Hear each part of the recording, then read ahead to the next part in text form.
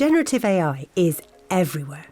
Even if you haven't used it yourself, you might have heard about it or come across social media posts using it, pictures of how friends might look in 20 years' time, or as an action figure doll. So what is Gen AI? In a nutshell, generative artificial intelligence is a computer technology capable of creating text, images, audio and videos incredibly quickly. And it's not just used for fun. Every day, hundreds of millions of people use Gen AI to write emails, develop ideas, and even solve scientific challenges. You access generative AI through a chatbot. It's like having a conversation. Every time you ask an AI chatbot a question or prompt it to perform a task, it predicts what you would like as a response, based on analysing millions and millions of pieces of data that it's already catalogued. You can even get it to answer with a particular tone, for example, chatty, funny, or deadly serious. Or, if you're using audio, a particular voice. It's getting so good at this, it can almost feel like chatting to a person. Chatbots like Copilot or ChatGPT can be used as assistants that can help with a range of tasks. Everything from prioritising your to-do list to planning your next holiday or drafting a best man speech. So how do you get started with an AI chatbot? Getting set up with an account is pretty straightforward. If your school or employer already has guidelines, follow their instructions. Once you're set up, start asking it questions and see how it responds.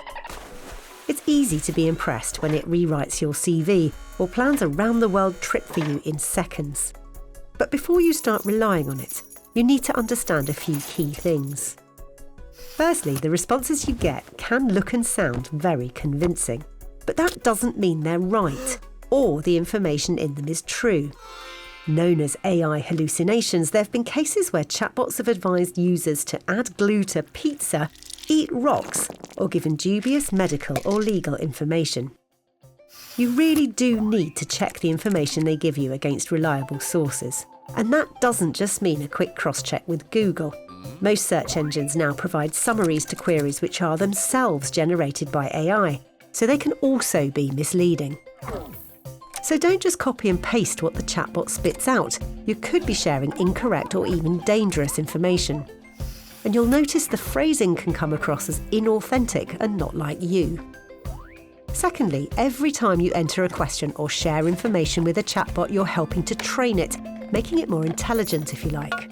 So a simple rule is to always ask yourself, would I be happy sharing this information with someone on a bus?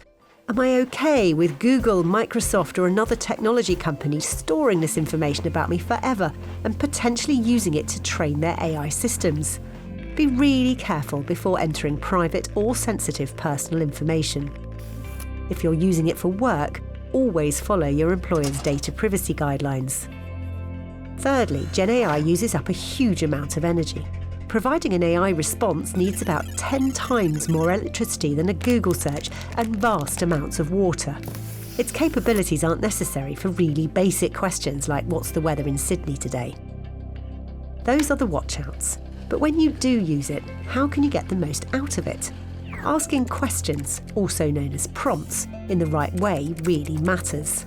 Be specific, provide context, and be prepared to start again and rephrase if you want a better response. Suggest a packing list for a weekend in Paris in June, which includes formal and casual clothing appropriate for a 30-year-old British woman, should get you a much more useful answer than, what do I need for visiting Paris? And think about tone. If you want help with an email, give them information about who you're writing to and how you want to come across. Help me draft an email to the council asking for a parking ticket refund using a polite but persuasive tone. Should give you a better draft than, make the council give me my money back. And of course, check the draft is correct and expressed in the way you want it to be. Remember, generative AI has created a set of handy tools, but they aren't perfect and you definitely need to cross-check everything they say.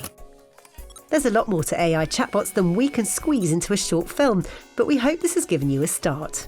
Watch the other videos in this series to learn more about how AI can save you time, how to avoid AI scams, and how AI can be used for learning.